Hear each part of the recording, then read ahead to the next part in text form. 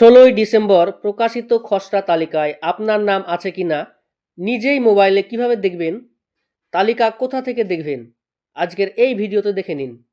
এবং যাদের নাম রিচেকিংয়ের জন্য ফেরত এসেছে তাদের নাম কি খসড়া তালিকায় থাকবে না, জানতে হলে সম্পূর্ণ ভিডিওটি দেখুন।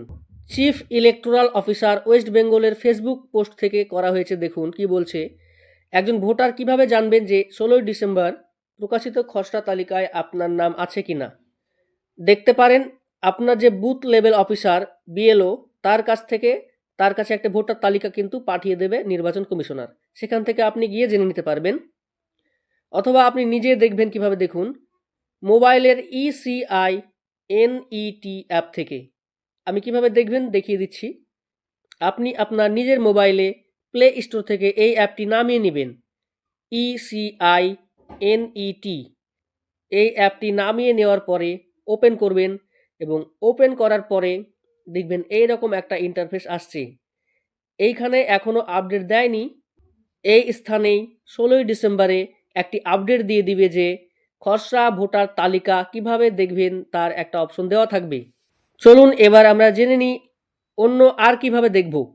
ভোটার্স eci.gov.in এ দেখে নেওয়া যাবে খসড়া তালিকায় নাম আছে কিনা।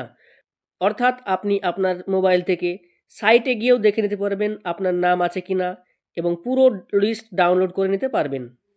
চলুন আমরা দেখে নিই কীভাবে মোবাইলে সাইট থেকে দেখবেন। আপনি আপনার মোবাইলে থাকা ক্রোম ব্রাউজার বা অন্য যে কোনো ব্রাউজারে যাবেন এবং ব্রাউজারটিকে ওপেন করবেন।